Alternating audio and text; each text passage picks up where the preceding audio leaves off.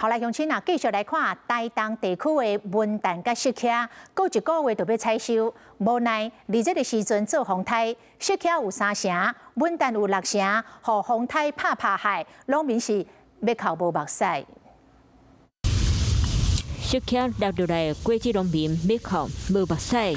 用了风台扫过，强风造成台东地区的雪茄树火损断甲真严重。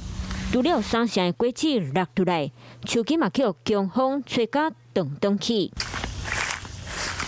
村内无扣扫落地雪茄，嘛因为无拍到节，品质歹真济，产量上少减7成。损失大概会有7成左右。虽然树上有，可是目前因为树枝都断掉之后，它的光合作用不好，它影响到后面剪枝、开花、授粉那些，或者市价也涨不到。雪茄农民规日目头角角，隔壁东河乡太关休谷种文旦的所在，同款损失惨重。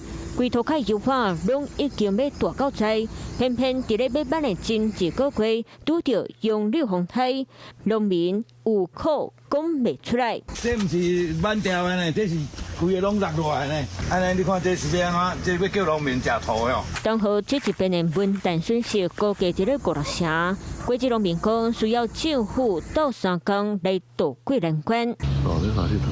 那同款是种文旦的重要产地。台南码头这一边较好运，有保钓伫咧灯仔式风台含7礼拜大好过村的2成果子，互农民头一口气。